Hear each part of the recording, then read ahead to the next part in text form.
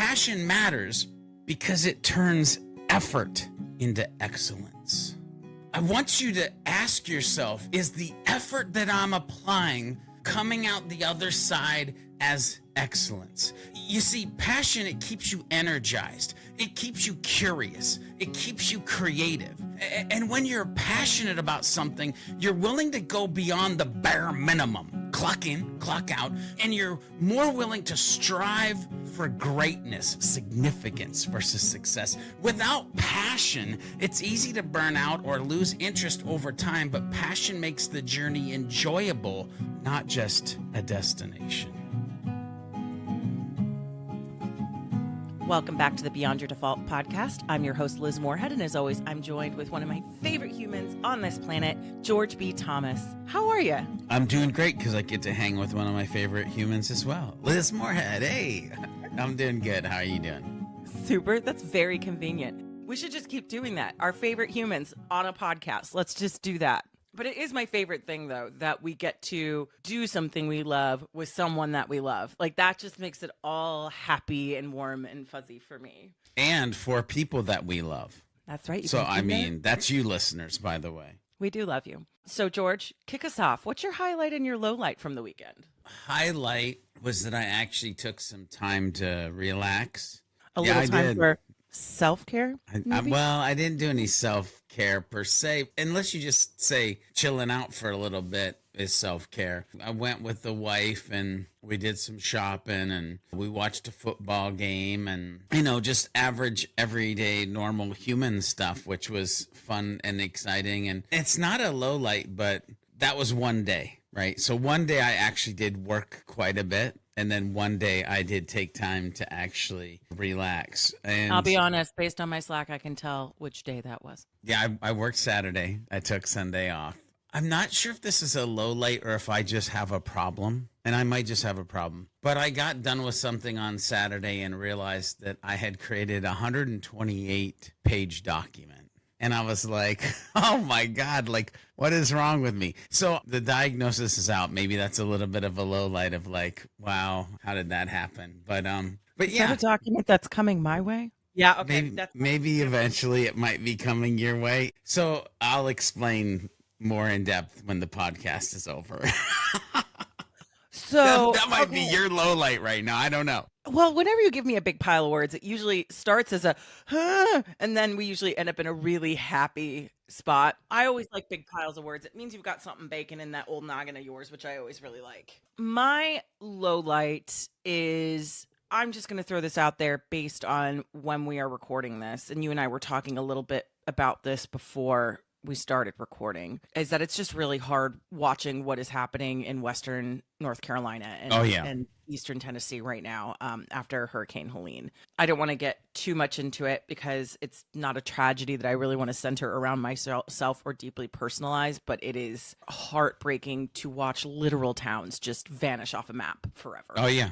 Yeah, and I have family up there, so over the weekend it was like trying to get a hold of people who don't have internet or cell service to see if they're like still okay. So yes, I hear you. In a highlight capacity, I am up in New England right now, house sitting for dear friends of mine. They have 2 sweet cats, and I've just got this big house in Windsor, Connecticut, all to myself. And the highlight of this weekend is I spent 2 days completely on my own, and this was on purpose. I went hiking. I did journaling. I did a lot of refocusing on myself.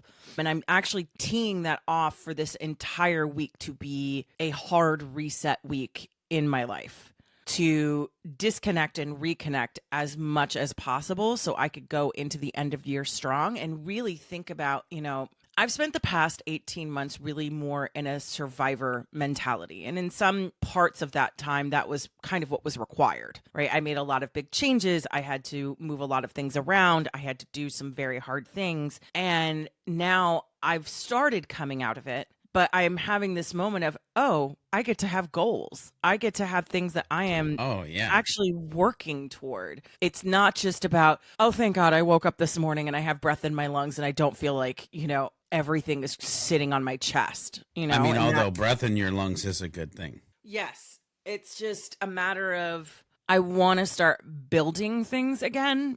instead of just making it through. And I've already started doing that, but I'm looking at this opportunity to be completely out of my usual routines, but also back by my favorite park. So there's this park in middle of New Haven, of all places, where it's like a big 2.5, 3 mile loop. And up here, the leaves are turning because they get beautiful fall colors up here first. And I was out there twice this weekend, and I just felt life re-entering my body. And it reminded me how important it is to make sure we are nurturing our souls in addition to making sure, are we getting this done? Am I getting that done? Am I doing this? Am I doing that? Am I showing up? Am I checking this box? Am I doing it? I feel more like myself than I have in a really long time. Now, don't get me wrong. Coming up here, I was in good shape. It's just a matter of, all right, time to level back up again. Yeah, I love those moments in life when you just kind of reset, reboot, refocus. It's great. So that's what I'm using it for. And it's my favorite time of year. I know people are a big fan of spring cleaning, but I'm a big fan of harvest cleaning because fall time is all about the harvest. So you're pulling things metaphorically and literally out of the land. You are reaping what you have sown throughout the year, but you're also taking a look at what didn't. And I think that's often something that gets really missed in that narrative around spring cleaning, harvesting, all that. I find the harvest time of year to be a much more fruitful time to do that. Because you can see what you planted and what failed. You can see what crops failed. You can see what parts of the land did not prosper the way they were supposed to prosper. It really gives you an opportunity to truly audit your efforts or where you are investing your time and energy and with whom. Yeah. So that's what I'm using this time for. Love it. Which is exciting. Love it. But today. Yeah, today is a very interesting that we're having this conversation in. Based on what you just said and where you're at in life, it's interesting that we're having this conversation. But that happens so many times. It happens all the time. What do we talk? So many times, all the time. So many times I get off this podcast and go, okay, that podcast was for me. I mean, it's for you guys too, but Yeah. But today we're digging deeper into a topic that you teased a bit last week, right? We're talking about the Superhuman Framework. Now, for longtime listeners, first-time callers, or even those who are new to the show, let me just give you a quick background. So the Superhuman Framework is this practical, actionable roadmap that's built from years of George's hands-on experience working both with individual people and with businesses. And the framework itself is centered around 10 core principles, the 10 H's, if you will, that you can use to systematically elevate every area of your life, from your well-being to your professional success and everything in between. And those 10 pillars are happy, hungry, helpful, humble, humorous, honest, healthy, holistic, human, and holiness. Holiness, if you've listened to that episode, and by the way, there is an episode for every single pillar. I want to point that one out very quickly. That is nurturing the soul regardless of your belief structure. Yeah. Whether that is Jesus, the flying spaghetti man in the sky, Allah, or quite frankly, just science. It could be the magic muffin. It's totally up to you. No judgment. But to put this into context, I want you to think of your life like a house, right? You are building and designing a house to perfectly suit your needs, right? So when we are building our lives, like I was just talking about this at the very beginning, right? I'm sitting here realizing I get to go out and build my life. I don't have to just survive and wake up and breathe. I now am in a designing mode. Right? And that's where we all are right now. If you are listening to this, you are the architect of your own life, your own house, if you will.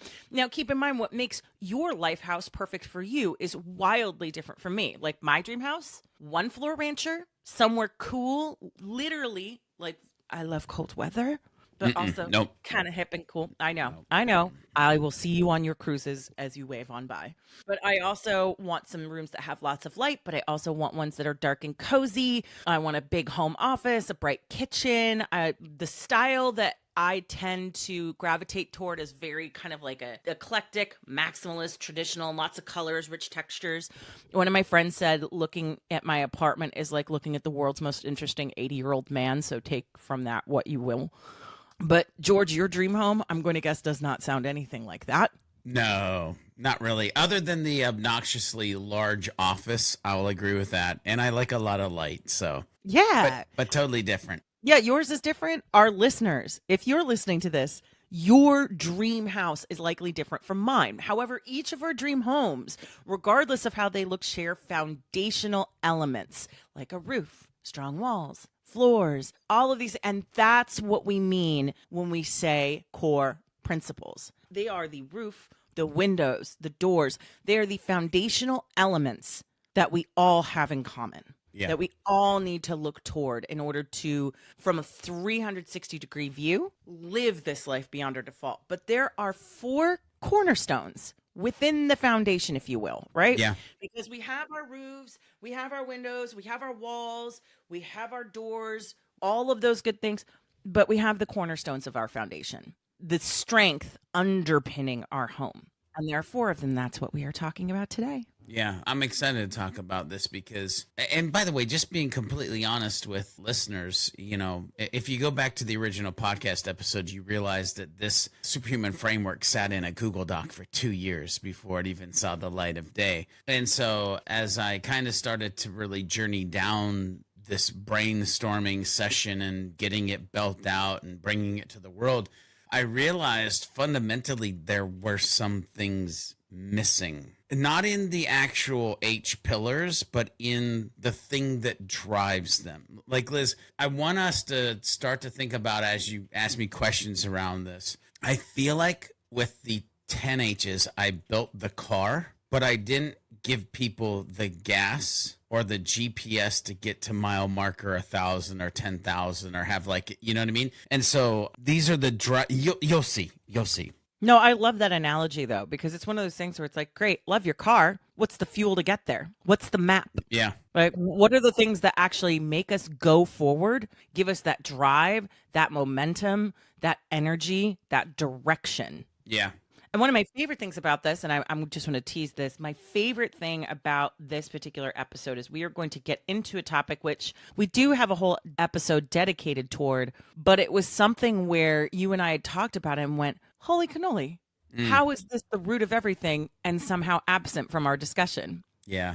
Not anymore. Not anymore. So, George, why do we even have cornerstones to the Superhuman Framework? Why aren't the 10 pillars enough on their own? How does this all fit together?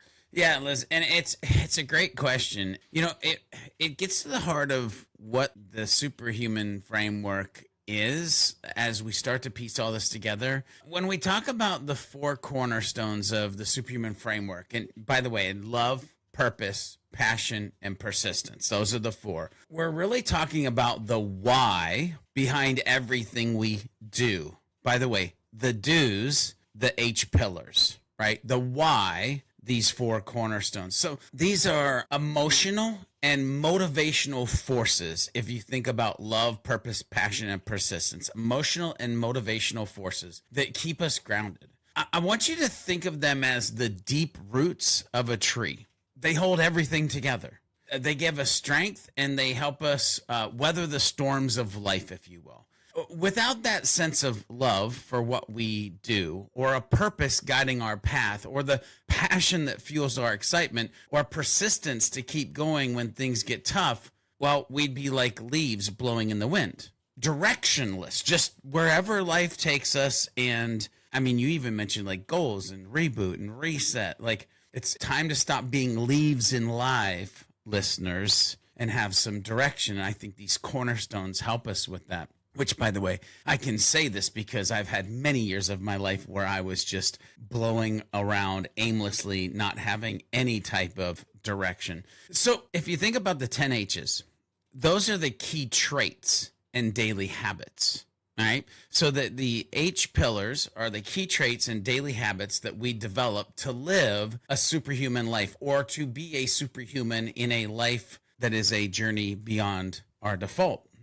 Our stuck status, or our place that we put as far as a ceiling over us. The H pillars, they're the practical side of things, right? Liz listed off happiness, health, humility, humor, all of those good qualities that help us navigate the day-to-day life that we have. Those pillars, you could think of them, since we're using a tree analogy, like branches of the same tree that we talked about, the roots. These pillars are stretching out into different areas of our lives, helping us to grow and thrive in a balanced way. To really answer your question, Liz, it's not really a matter of whether the 10 H's could stand on their own. I mean, they are absolutely essential. Each one can stand kind of by itself, but they shine brighter when they're anchored in something deeper. And the cornerstones are what keep you going when the going gets tough. But the 10 H's are how you show up every day and live it out. Okay, I have to say that again because I want people to grasp that. The cornerstones are what keep you going when the going gets tough, but the 10 H's are the how you show up every day to live it out. The cornerstones are the why, and the 10 H's are the how. You see, you need both. You can't live with just one or the other. And I'll put it this way. If your purpose is to make a real impact in the world, you've got to stay hungry for growth. Be helpful to others. And of course, keep your health in check, both physically and mentally. But without that sense of purpose, those daily actions might start to feel hollow. And at the same time, if you've got purpose but aren't practicing those daily traits, you might burn out or lose balance. You see, the magic happens when they come together. And that's why both the 4 cornerstones and the 10 pillars are necessary, or at least in my life, and if you want to take this framework and run with it for your own life, are necessary because they work hand in hand to help us live extraordinary lives beyond our default. They give us the power to not just survive, but to thrive, both personally, by the way, and professionally. I know right now you're listening to Beyond Your Default, and it's a personal growth podcast, newsletter, community, all of that good stuff. But we've literally been taking this conversation on the road into professional settings as well, and even professional podcasts, and it resonates with people in company cultures, in team dynamics, in individual growth. So all of this, it's about creating a life beyond our default where we feel fulfilled, we feel grounded, and we're excited to face whatever comes next, Liz. That's why these work hand in hand and go together, and now nothing feels missing. Well, I love how you're describing this whole interaction, particularly the part where you're talking about, like, what are you going to do? Get up every day and do stuff and not really have a reason behind it? No Right. why, no purpose, no passion, no reason to be or to do. You know, one of the things that I'm actually focusing on over this weekend is, like, so how do I determine what I want to do? Well, why am I here? What are the things that I love? What is the purpose that I am bringing to this world? Yeah, it's interesting because to hear you say that, my brain goes 2 places. It's the why, and then because of my friend Mick Hunt, the because. Like, understanding our why and our because is like super crazy cool and an important piece. And when you have that element that you're starting to rebuild and you layer on what we're talking about, the superhuman framework, the pillars, and the cornerstones. Let me just ask really quickly, when we say why, because it is very similar to a very emotional conversation we had. I can't remember what episode it was, but it was one where you were like, ladies and gentlemen, she's stopped speaking. We're hitting pay dirt. It was when you were asking me why I do what I do. And I said, well, I am here to help other people shine as brightly as possible by understanding that they can only do so and help others do the same if they shine first, because I know what it's like to feel voiceless. Yeah. And that is something that is very personal to me. Yeah, and the because is the hardest to answer, but it's what gives you the most fuel. So here, I'll give you another example, kind of like yours, Liz. Why am I so fixated on being one of the premier educators in any space that I walk into? Because I had a math teacher, an educator, who told me I would never amount to anything. Why am I so hell-bent on chasing significance in my life? Because I started in a one-room log cabin with no running water, feeling very insignificant to life itself. They are matches that when you understand why you do the why that you are called for, and it's because of the thing that you can attach to in your past, now you have direction and fuel for, again, what we're talking about today, the superhuman framework. So before we get into each of the 4, because you are going to take us through each of them, and then just like the pillars, guys, we're going to have episodes for each of them. So don't you worry if there's one that really speaks to your soul. We're going to be going cliff diving into each of these topics. But How did you choose them? How did these end up becoming the four? It's a great question. Like, let me start out high level because we could go real therapy session real quick here. So, Do you need me to proactively give you a hug or just hold off? Yeah, okay. hold up. So we'll start high level. So love, purpose, passion, and persistence became the foundation or the cornerstones of the Superhuman Framework. When I was putting this framework together, I wanted to identify what truly drives people to live extraordinary lives. It's not just about success or achievement. Liz, for me, it's about what's behind the scenes, the force that keeps people pushing forward no matter what. So I asked myself, like, what's the core motivation that allows someone to live to their fullest potential? And I started by asking myself personally, like, what elements have helped me live my life, survive my life, and become who I am today? Which, by the way, the more I talk to people, they're like, dude, who you are today is crazy, especially compared to where you come from. But starting to dig inward, what were the elements that I just natively like pulled in and grabbed and used? And then I started to study other folks who, by my perception, were living a life that seemed to be beyond their default. And Liz, after studying myself and studying other humans who had overcome challenges and created or were creating impact in the world, it became clear that these four cornerstones, love, purpose, passion, persistence, they were non-negotiables. If you look at Michael Hyatt, I can tell you right now, pretty much what he does ties back to love. He's very purposeful and he's passionate about what he does. If you look at, oh, man, I just can start to pull so many people. Like, these elements are in there. They're universal and they apply to almost every aspect of life, whether you're talking, again, about personal growth, professional achievement, team dynamics, culture. Like, you can find the thread of these in almost everything.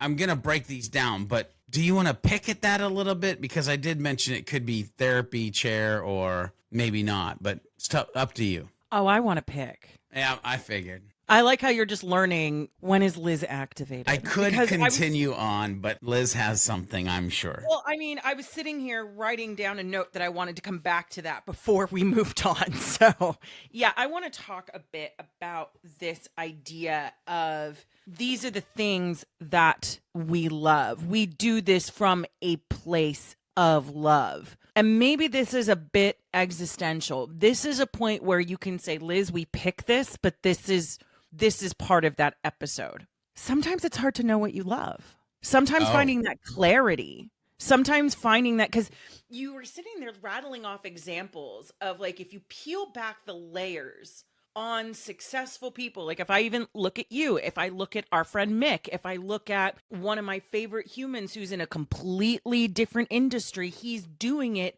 for the love of a group of people who are fundamentally not advocated for in that particular industry, right? When we think about all of these different pieces and why these are the four, there is a pattern. There are these four elements that just keep recurring over. But I think maybe it's the spooked little voice in me is, what if I get it wrong? What if I pick the wrong thing? What if I can't figure out that answer? Yeah, no. Great episode. Fantastic. Yeah, no. Ladies and gentlemen, if you need us. Yeah.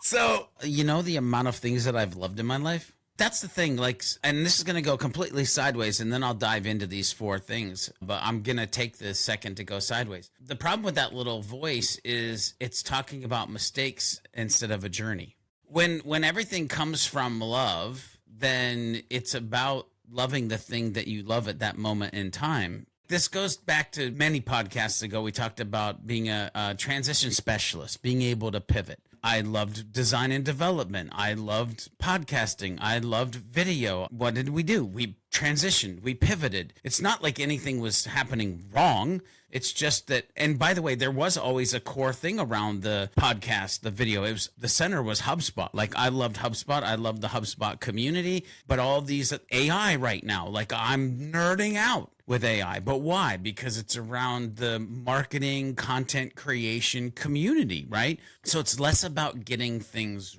wrong and allowing yourself just to love the thing that excites you. Like, so let's actually start to break this down a little bit. Love at least love in the context of the Superhuman Framework, is all about the deep connection. Those are key words there. Deep connection that you have with yourself, with others, and with the work or things that you do. So it's a deep connection with yourself, with others, your work, or the things that you do. Love is the energy that fuels relationships and the care that you put into your passions. Notice, Liz, I didn't say passion, so you can't get it wrong because it can be passions. And by the way, this isn't just like romantic love, though that can be part of it. If you go back to our episode when we talked about agape and the different types of love, like it's the love for your journey. It's the love for your purpose. It's the love for the people around you. Like, imagine a teacher who absolutely loves what they do. Liz, they don't just show up for a paycheck. They genuinely care about the kids that they teach. They're the ones who stay late to help a student who's struggling, who find creative ways to make lessons engaging, and who genuinely believe in the potential of every single child. By the way, I'm talking about children, but I could be talking about myself right now with humans, right? Because I'm willing to work extra, stay up late, build special things. That love transforms their work from just a job into something deeply fulfilling and impactful. Liz, I believe this is why it's so easy for me to say I don't go to work, I go to play, right? So why does that matter if we think about love in that way? Because love is what makes life rich and meaningful. When you love what you do or who you surround yourself with, it creates resilience. We'll dive a little bit more into that later. You're more willing to put in the effort. You're more willing to make sacrifices. You're more willing to go the extra mile because you're not just going through the motions, you're actually invested. Without love, you might find success, but it's unlikely to be fulfilling. And that success might not even be sustainable. So, Liz, that's my take on love as far as a cornerstone of the Superhuman Framework. I know you probably have questions for me. You know, it actually reminds me of something because I was sitting here. This is where our listeners are going to get a little bit of insider baseball on how you and I work together, because we've talked about the fact that, you know, in the best way possible, this is a building the boat while you're sailing it kind of scenario. We are walking on this journey ourselves. We are workshopping this material ourselves. The reason why you hear some of these concepts shift over time is because George and I are using ourselves as a human laboratory. And I bring up this specific example not to poke fun at you, George, but the reason why self-care was a joke earlier is go back and listen to the self-care episode. Originally, George didn't want to do it because he was like, why are we here? Why are we talking about this? All right, white woman on Instagram. What are we doing here, right? What I'm noticing is that the four cornerstones are all the same raw material, energy, and the four contexts in which they show up. Because if you think about, you know how whenever I write our newsletter, beyondyourdefault.com/newsletter, I often bring science in it because usually what is small, what is big? You know, the universe is built. And I'm not saying universe in some sort of woo-woo sense. I would say literally the universe, the stars, the galaxies, like the actual star stuff. Everything is big. Everything is small. Leaves look, it's a whole, studying science is a great way to understand how all of these different things work. And it reminds me of the conversation, though, to get back to love specifically for a second. I wrote an issue about the idea of risk because a friend of mine asked me once, why is taking risks so hard? And whenever somebody throws a little thought grenade like that into my brain, I usually let it sit. Right? I'm like, oh, I know I'm going to write about that, but I'm not ready to write about it yet. So I'll let it sit passively, subconsciously in the back of my head. And then one day while I was running on a track at my gym at Pip Moyer Rec Center in Annapolis, it started to pop out. Suddenly I just thought to myself, that's not the real question. Because I realized, well, I could have two equitably sized and shaped risks in front of me. Like, let's pretend we can actually physically manifest what these risks look like. Like, they're about the size, each of them are about the size of softballs. Each of them are, you know, equitable in terms of the effort it would take to put into the risk, take the risk, as well as the reward. But one is blue and one is green, and they're just different things. Yet for some reason, the risk in my left hand will feel harder for me to overcome to do than the one in my right. So I'm like, well, wait a minute. Then the real question is, why do some risks feel easier than others? And why do some feel harder than others? And so I sat further with it, and it's like, oh, because one I really effing want. So I have equal amounts of fear and concerns in both of those cases, but the desire, the purpose, the love, the whatever is greater with risk A in my left hand than it is in B. But the problem is we often don't sit down to do the work and decide what is worth fighting for, what is worth risking the biscuit for. And that's where we end up getting stuck. And I just thought that was really interesting to think about it that way. That often the reason why we will lack that motivation to move forward is because we haven't sat down and said, well, what the heck is worth fighting for? Well, what do we love? Yeah, I totally agree with you. And I'm going to, because, this podcast is about like you say things and then my brain goes a certain way. I say things, your brain goes a certain way. But I would also say this to your friend: the more risks you take, the easier they become to take. It also gets easier to tell which ones you don't want to take, because you don't have to take all of them. The other thing, too, is when you realize you don't have anything to lose, then you're willing to take the risk. But there's a whole nother episode on it's not really yours. So it's not really yours. Why do you keep trying to control it? And when you realize it's not yours and you can't control it, then taking risks become really easy. We have to do an episode about this, though, because,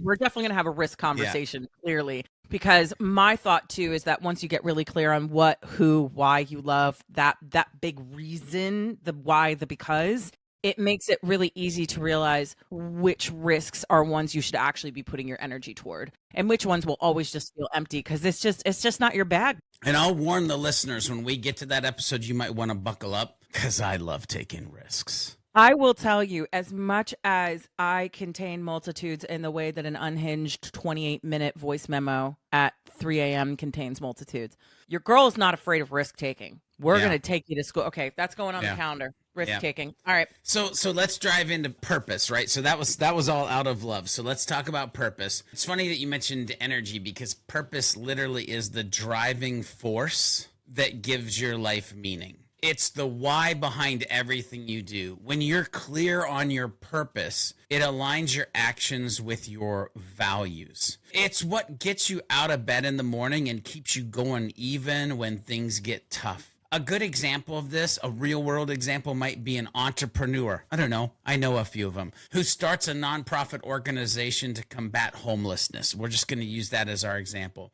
This person could have chosen a more traditional career path, but they felt a strong pull to help those in need because they themselves have experienced hardship. They've seen it firsthand. They've felt it firsthand. So their purpose is to make a difference in the world by creating housing solutions. And that mission guides all their decisions. That mission guides all their decisions. Listeners, I would ask you, with what you're doing right now, who you are, do you feel it is a mission? And is it guiding your decisions? Even when funding for this entrepreneur is tight, or progress is slow, their purpose keeps them focused and motivated. So this matters because purpose is, I want you to think of it as the compass that keeps you on track. It's the difference between feeling aimless and feeling driven. Without purpose, it's easy to get distracted or discouraged when obstacles appear. But when you have a clear sense of purpose, setbacks don't derail you.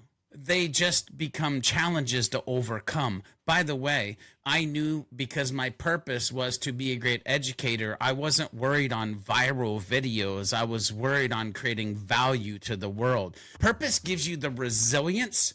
By the way, that's the second time you've heard this word in us talking about these cornerstones, to persist, which we'll be talking about in a little bit, in the face of adversity, because you know why you're doing what you're doing. Listeners, do you know why you're doing what you're doing right now in this time of life? It's a hard question, but I would beg you to ask it. Liz, I'm pretty sure you're probably going to have thoughts or questions for me before I move on to passion. Yeah, you're holding up your notes. Yes. Anytime you see me looking away, Liz is either accepting up or this.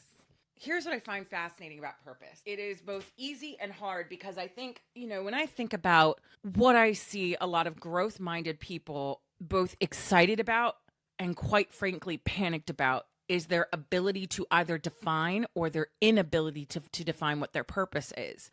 But I loved the way you talked about it just now, because it's a lot simpler than people think it is. Meaning, you don't have to have some grand sweeping narrative. You just have to be able to latch on to a bite-sized piece of what you know your real purpose is. Because often what will happen, and at least, I say this at, I will be 42 years young later this month. And I know you just turned what, 29? You just turned 29. 35 right? If we go backwards, but yeah. We're not gonna. 53. I've got to be honest. Yeah. We need to talk. We need to do an episode where I ask you all the things about that usually TikTok influencers do. I actually want you to drop your skincare routine, and that head of hair that you hide under that hat is freaking wild. It is. Yeah. You have found some sort of fountain of youth, and maybe it's just love, passion, purpose, and persistence. There you go. It's the Superhuman Framework, ladies and gentlemen. Get your bottle today. Also, snappy hoodies. But what I've learned in life is that sometimes it's enough to say that your purpose is simply because I love helping people. Yeah. Because that's a big purpose, by the way. Yeah, but it's simple, right? It doesn't have to have this, my purpose is to this, that, the other. I've seen workbooks dedicated to purpose, and it's guys, by the time I finish this workbook that you're forcing people to download so they'll watch your dumb course and listen to your dumb thing, I will be 75 by the time I actually finish this workbook. And by then, I've run out of a lot of years to actually live my purpose, right? Yeah. It can be simple. It can just grasping onto the small micro core and then allow your purpose to kind of unveil itself. Your purpose in defining it is both the act of living your purpose and the act of discovering your purpose. Just don't push yourself too hard. You don't have to have it all figured out. For a really long time, my purpose was just literally simply help people be honest as themselves. That's it. That was it. Make content not suck. And then as I started pulling back the layers, it becomes more clear. Yeah. By the way, and we can keep it to what we're talking about today, but I would say with anything, if you wait to do it until you got it all figured out, first of all, you ain't going to do it. And you have to get comfortable with just figuring it out along the journey. That's why it's a journey. You can't sit there in the ship and look at the adventure ahead and think, yeah, but I don't necessarily have this exactly down or right, and I'm not sure if I pack this or that. Just start rowing. Figure it out. Anyway. I was able to figure out at least what I believe mine to be now by asking myself why 3 times. Well, yes. Content shouldn't have to suck. Why do you care about that? Well, because there are a lot of really smart people who are hurting right now and can't accomplish what they want to accomplish. Well, why does that matter? Well, I mean, they're obviously really smart.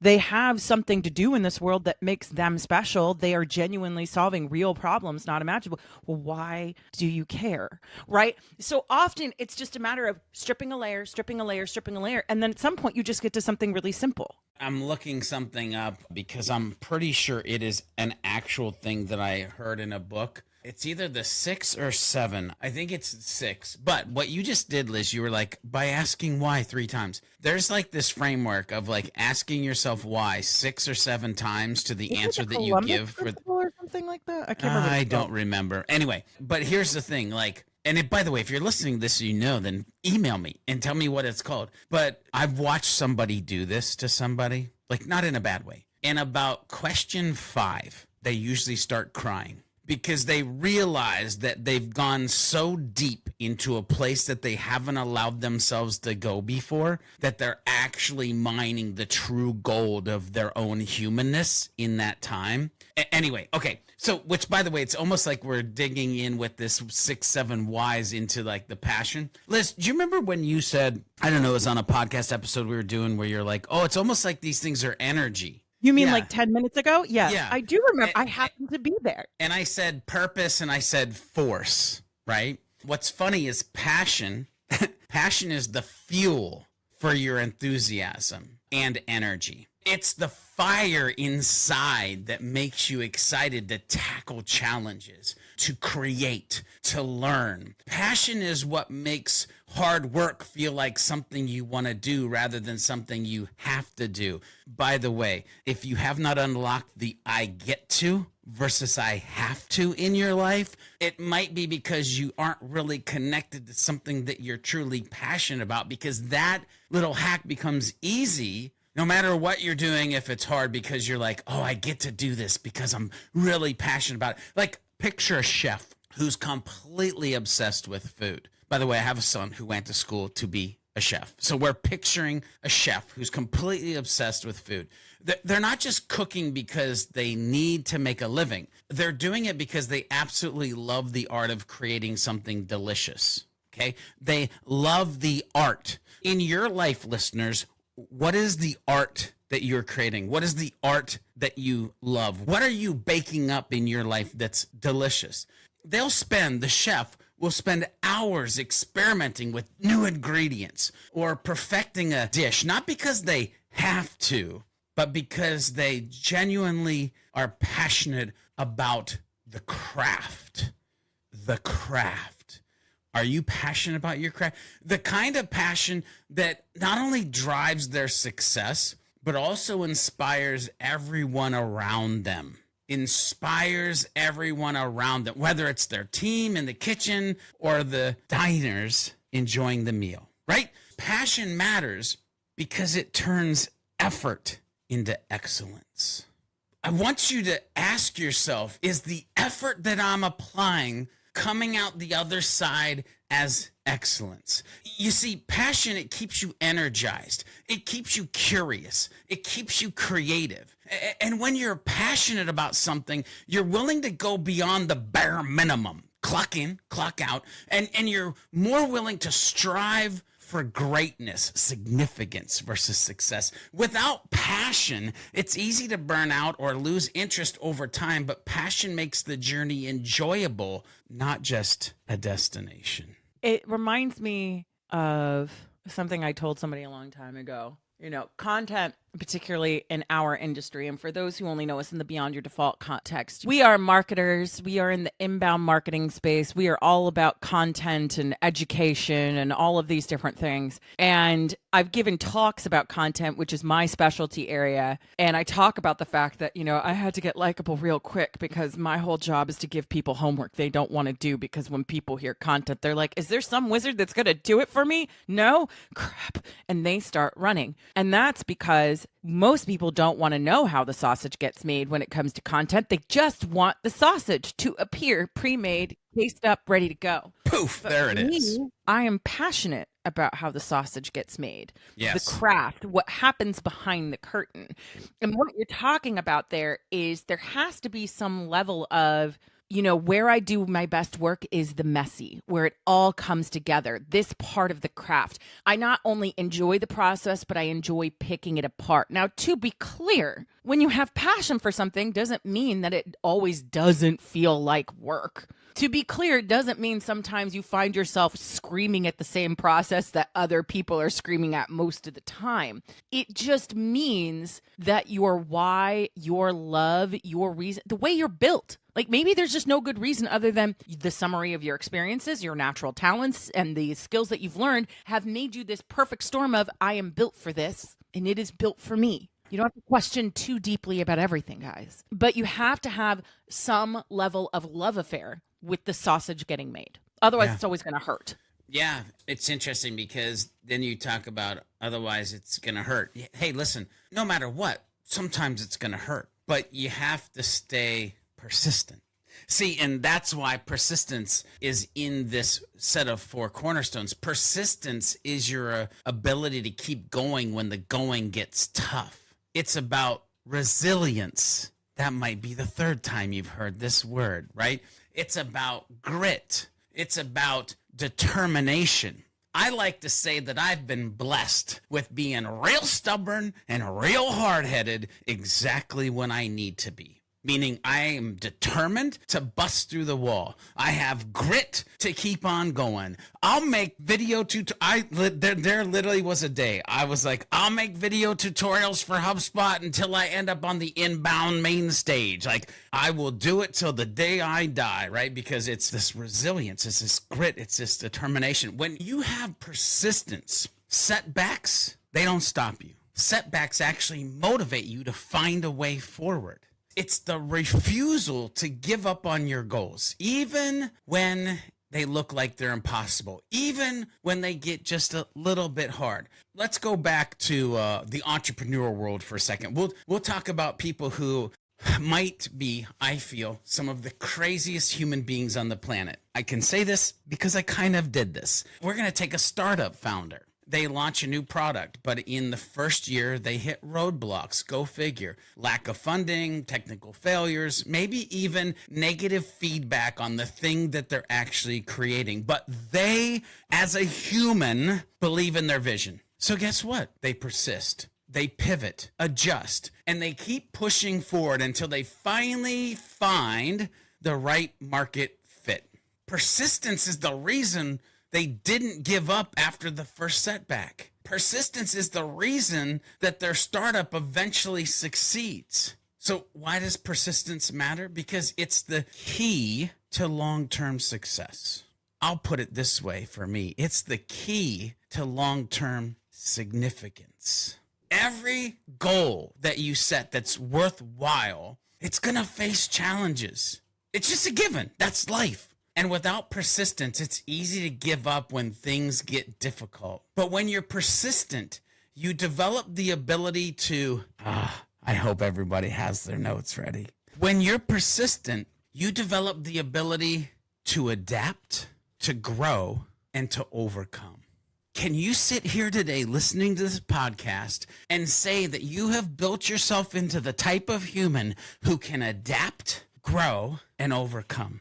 Persistence turns obstacles into learning opportunities, not failures. It makes success possible even when the road is maybe half washed away, 30,000 potholes. There's an actual big boulder in the way, but you go around it because you're persistent. You know what is interesting? You said to be persistent gives you the abilities to adapt, grow, and overcome. And I was thinking about this from a visual perspective. Someone who is persistent recognizes that the ground under your feet is variable. Sometimes you will be uphill, sometimes it will be downhill. Sometimes you will have to climb over things, sometimes you will have to go around things. And someone who maybe lacks that grit, lacks that persistence, has an unrealistic expectation that their path will be clear, even, and free from any obstacles. And that's just not how it works. It's not reality, ladies and gentlemen. But on the flip side of that, what is interesting about persistence is that persistence does not have a prerequisite of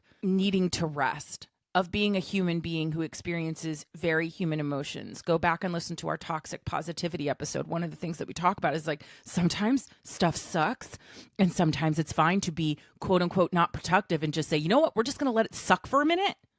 We're just going to have the human experience of disappointment, of whatever it is that we're feeling before we pick ourselves back up and keep moving.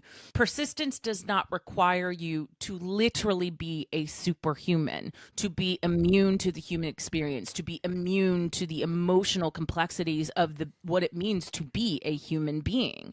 Yeah. It just means that you do not have an expectation that your path will be cleared for you. Well, and see, what we have to remember too, and we'll dive a little bit into this, is that persistence is paired with healthy. I want everybody to understand what I just did because it's vitally important with this superhuman framework. The persistence could lead somebody to feel like, oh, you mean I'm a workaholic and I burn myself out? No, because persistence is paired with healthy. Persistence is paired with hungry and healthy. Now you have a healthy hustle because you're hungry about the thing that you're passionate about because you love the people that need the thing that you're actually have the purpose for. Oh, anyway. I absolutely love that. Again, these are things where the circumstances in which our persistence is tested can sometimes be harder than we expect them to be, but it is easier for us to overcome hard things if we learn how to just sit and move through uncomfortable feelings. It is a genuine superpower. Without a doubt. Keep going. What do we got? Because we got one more, don't we? No, we actually went through those 4. But I want it. I know you want more. One up? No, there's only 4 cornerstones. There's only 4. Interesting, George. I was sitting here looking through my notes, and you're my favorite human, but you're also my favorite lab experiment for what I do. As I was sitting here listening, thinking about how the 4 cornerstones apply to me, and then I immediately went, no, that we're not doing that in public. So let me think about George instead. You know what I couldn't help but notice? You became the teacher you needed. I am one self-taught dude, but yes, exactly. No, meaning you go back to in a contextually relevant way, that story of what happened to you in 9th grade, where you were told you could not amount to anything. You have become what every teacher should be. Someone who not only is self-educated and self-taught, but somebody who looks across the table and says, I believe in you. Because you know how important it is not only to have a teacher who understands the knowledge they need to teach you, but they need to look across the table at you and believe you can do it no matter where you're starting from. And that's who you became. I'm trying to keep it together, Liz, but yes, that is who I have built myself into. That is how I want to show up into the world. And the interesting little period or exclamation mark I'll put on what you just said is, every time I look across the Zoom window, every time I look out into the stage, every time I get on a podcast episode, I feel like I'm looking at me as a 9th grader. And how do I wish somebody would have interacted? How do I wish somebody would have educated me? How do I wish somebody would have loved on me at that moment in time? And I think this is why originally when we were talking before we did the love episode is that became this core thing of like everything is from a place of love, like a wishing and a giving of love. And so it's just why I'm so passionate about bringing all of this to the world, no matter if it's 1 listener, 100 listeners, or 1 million listeners, because sometimes we have people don't believe in us, and sometimes we don't even believe in ourselves. But I want to be that guy that believes in everybody. Well, George, I'm only sitting here a year later, the way I am able to have these conversations with myself of, I get to build my life because you believed in me. Last year was the darkest year I think I have ever walked through. And there were mornings where I woke up and I'm like, it is really hard to believe in me. But I'm like, George is still here, that crazy son of a bitch. God knows what he's doing. If he can believe in me, I can do it. Yeah. Yeah, and sometimes that's all we need, right? We just need a little it's funny. I'm going to be a real old school, old fart. Like, do you remember the commercials? My buddy and me. Like, I just want to be somebody's buddy. Like, I want to leave them better than I found them. I want to help them get to the next step of where they can take the journey themselves. No, it's the same thing of why I love what I do. Like, we've talked about whole ass humans and the things that underpin my 4 cornerstones, right? My love, my passion, my persistence, all of these different things is because when I look across the table, all I ever see is a whole ass human in a world telling them to stop. And often people really start stepping into their power when they work with me, when they understand I am a permission slip. I'm a permission structure. I will tell them if they ever hit the asshole guardrails and I'll be like, whoa, hold on. Come back. Whoop. You officially arrived at douchebag. Yeah. Yeah, don't do that. But that's where work gets really exciting because, I spent 40 years like being a little human lab experiment trying to be the people pleasing. Well, maybe if I do this, maybe if I contort myself like that. Guys, it doesn't work. We have all these life rules and it's like, it doesn't work. Yeah. But that's why this conversation today, I think, matters so much. Because when you start tapping into these 4 cornerstones, these conversations suddenly make the decisions that you make across the 10 pillars, how you tap into your humanity, what is your relationship with humor, like all of these different things. it casts everything in a different light. It helps make certain decisions easier. But what I will say, George, going into the end of this discussion, and I say this as someone who does this work literally for a living, I see how they all work together, right? This relationship between our 4 cornerstones and these 10 pillars. But it is a lot to keep track of. It is 14 different items. 14 different items. It's a lot. So how would you suggest someone who feels both inspired by what we've been talking about today, but also overwhelmed by the Superhuman Framework approach to integrating these elements into their life? Where's the first step? How do they get their hands on this? Yeah, the first step is just take a breath. Relax for a hot second, okay? Just take a breath. But Liz, I totally get where you're coming from. When you first look at the Superhuman Framework with it's, again, 10 pillars and the 4 cornerstones, it can definitely seem like a lot to take in, inspiring. Like, I have the unfair advantage of I've collected it along the way. You might be sitting here feeling like, where do I start? I'll say this, and hopefully this will help. You do not have to integrate everything all at once. It's not like, great, now I have to apply all 14 of these things to my life. No. The best way to approach the framework is to see it as a guiding map, not a checklist. This is not a freaking checklist. It gauges, compass, map, whatever you want to use, but never ever checklist. You're not expected to live out every pillar and every cornerstone perfectly every single day. Like, that's not the purpose. Instead, Liz and listeners, I want you to think of it as a process. I want you to think of it as, I don't know, maybe I'll use the word journey, since this is what we pretty much talk about every time we're on the mic. When you focus on one piece at a time and then build from there, if you're feeling both inspired and overwhelmed, my advice is to start by asking yourself a question. Take a breath and ask a question. And the question is, which one of the 4 cornerstones speaks to me right now? Only you can answer that. But do you feel like you're craving more purpose in your life? Maybe you're already passionate about something, but you're struggling with persistence. Or perhaps you know you need to bring more love into what you do or how you connect with others. You see, by answering that question and by identifying one cornerstone that feels the most relevant to where you are right now, you give yourself a focused starting point with that cornerstone. Then once you have that anchor, that cornerstone, you can begin layering in 1 or 2. Listen to me for a second. Layer in 1 or 2. I didn't say layer in 10. 1 or 2 of the 10 H's that naturally support that cornerstone. So let's say purpose is your starting point. You might decide to pair that with a pillar of hungry, keeping that curiosity and drive to learn and grow. And maybe you add health, because let's face it, staying physical and mentally healthy is key to pursuing any kind of purpose long term. The idea isn't to try to master all 14 elements at once. It's about small, meaningful steps. And if you've listened to this podcast for any length of time, you've heard me say this. When I say it's about small, meaningful steps, it's because you're living with a philosophy in life of 1% better each and every. You're not trying to leap the Grand Canyon, 14 things. You're just taking a step across the room, 1% better each and every day. So pick a cornerstone, choose a couple of the pillars that align with it, and focus on developing those in your daily life. Once you feel comfortable, guess what? You can build on it. And you add more pillars or cornerstones as you go. And Liz and listeners, here's a simple way to think about it. Imagine, I don't know how many of you actually will have to imagine this. Imagine someone who feels really disconnected at work.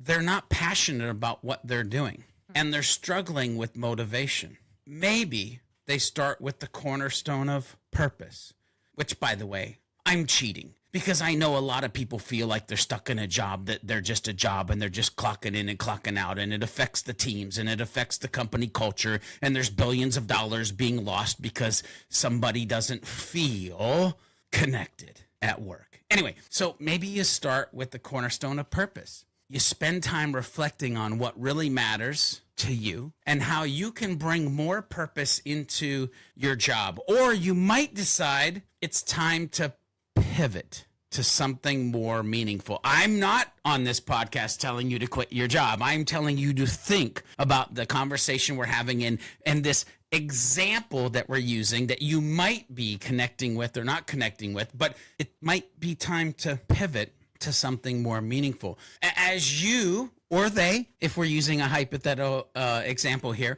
explore purpose, you can focus on honesty, which is one of the 10 H's, by the way. Because to be truthful with yourself about what's working and what's not might be a key pillar in this conversation that we're having. You see, you can then pair it with health, so honesty and health, to make sure that you're not burning yourself out during the process of trying to decide if where you're at and what you're doing is actually right for your life. By focusing on just a few of these elements at first, they, or you, if you're connecting with this, are able to make real progress without feeling overwhelmed. So how cool is it that these all work together as a modular selections you can choose depending on what part of life you're trying to deal with? But Liz, I also want to emphasize that living by the Superhuman Framework is not about perfection. It's about practice. You're going to have days where you feel really connected to your passion, your purpose, or health, and then days where things just feel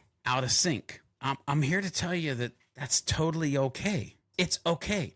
The goal is to use these elements as tools to guide you through your growth, rather than to see them as rigid rules that one must follow. Ultimately, my advice to anyone wanting to use the Superhuman Framework in their life is to start small, stay curious, and let the framework unfold naturally over time.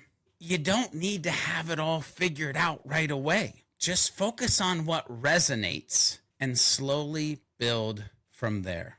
Liz, does that approach help break it down a bit versus it feeling so overwhelming? Yeah, it was interesting. As I was sitting here listening to you, I took a couple notes here. And the thing that jumped out at me is, when you want to bake a cake, you don't throw in all the ingredients at once. You don't take every ingredient that is on your ingredient list and just go to town. You take time to do your wet ingredients. You take time to do your dry ingredients. Then you integrate them at particular intervals. There are things that go in right as you are assembling things for the first time. There are ingredients that only should be brought in once all of your dry and wet ingredients are brought together. You don't decorate your cake before it goes in the oven. In fact, it goes in the oven and then it needs to sit on a rack and then cool. When I think about this structure that you're talking about, again, we have this false notion in our heads, often reinforced by a really toxic approach of what it means to have a growth mindset, that you have to accomplish everything all at once, and that there is a particular blueprint for where you should start, right? For example, let's pretend we're all climbing up this same mountain, but we may be all starting at different base camps based on what our different experiences are. You may have like what you love really on lock.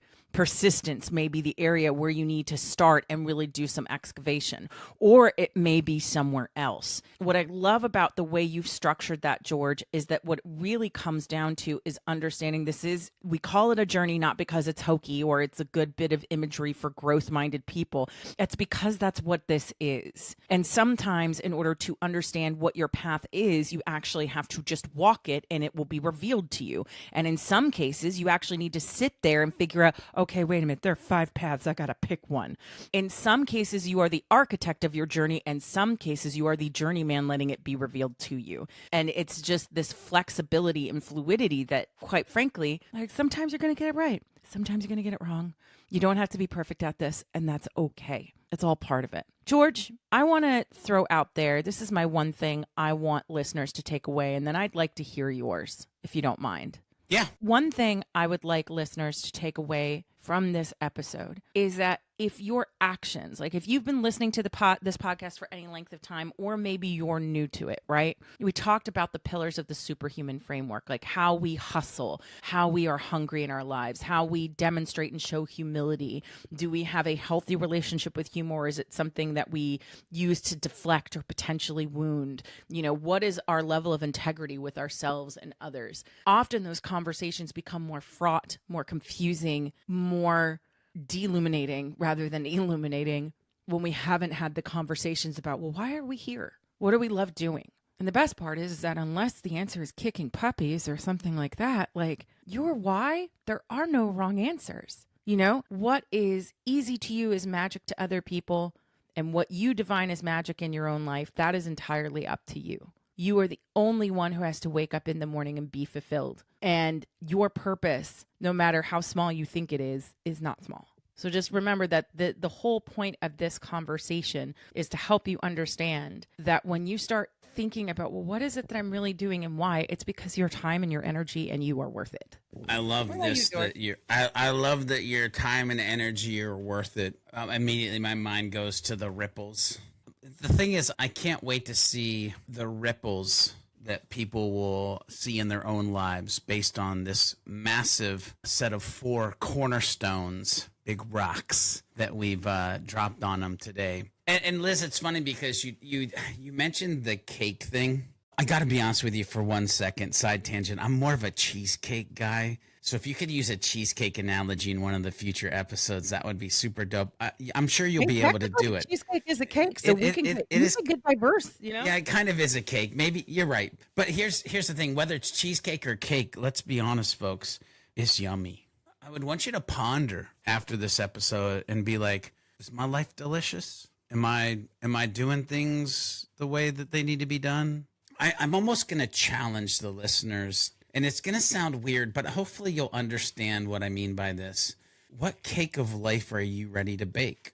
If today was the starting point, based on this conversation, what cake of life are you ready to bake? As you move forward on your journey towards living a life beyond your default, because that's why we're here. It's literally the name of the podcast.